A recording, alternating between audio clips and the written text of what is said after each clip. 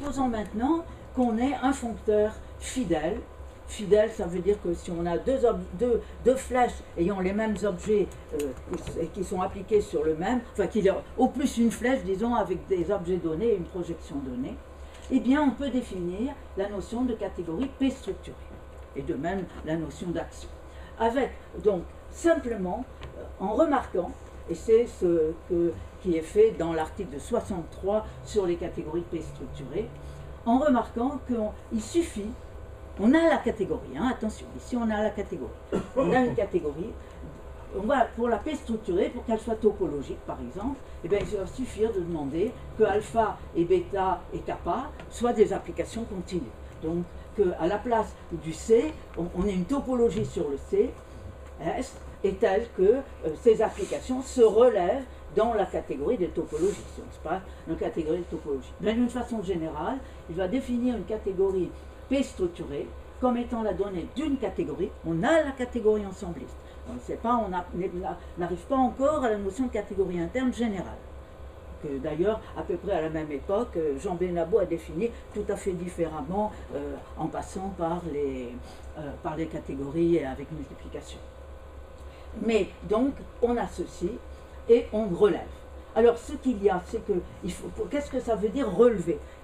On se donne donc une catégorie, un S qui se projette sur l'ensemble des morphismes, donc ici, donc ça c'est la catégorie des ensembles, hein, donc un S, et on veut le relever. Alors on voit facilement que le S0, si on veut vraiment avoir le alpha et le bêta et le iota, et comme le foncteur est fidèle, il n'y a qu'une façon de le relever. Si on peut le relever, on ne peut le relever que d'une façon.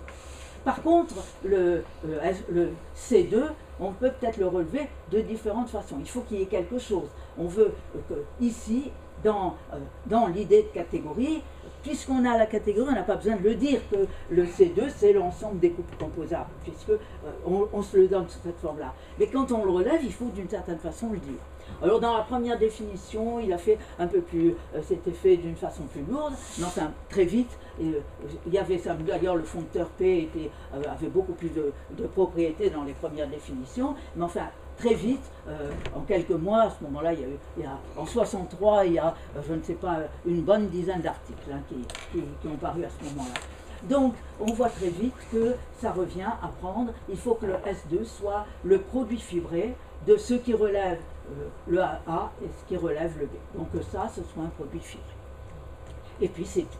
C'est ça, et on définit de même la notion d'espèce de structure P structurée en relevant le diagramme que j'avais montré comme dans le cas des autres.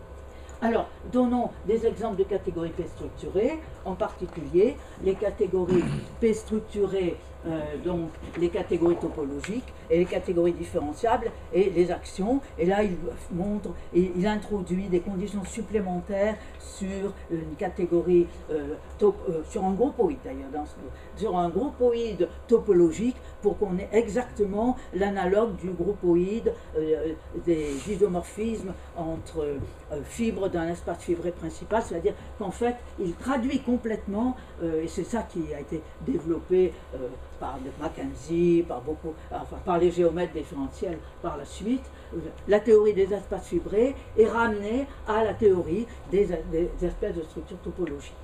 Les catégories doubles sont obtenues maintenant exactement en prenant les catégories P structurées ou P, le foncteur d'oubli des catégories. Et donc, ces théorèmes vont, d'une façon générale, on peut se poser la question, je prends les catégories P structurées, qu'est-ce qu'on peut dire de la catégorie des foncteurs P structurés? Donc, et là, justement, ce qu'on voit très vite, c'est que tout dépend des propriétés KP. Si P a de bonnes propriétés, c'est très bien. Or déjà, dans la catégorie des applications différenciables, DIF, c'est pas très bon. C'est-à-dire c'est une catégorie où il y a des problèmes avec les produits fibrés. Donc, c'est pour ça qu'il y a tout le problème. Comment peut-on trouver de bonnes propriétés? On a un foncteur P qui n'a pas les bonnes propriétés. On voudrait qu'il ait des bonnes propriétés, par exemple, qu'il y ait des produits fibrés, toujours.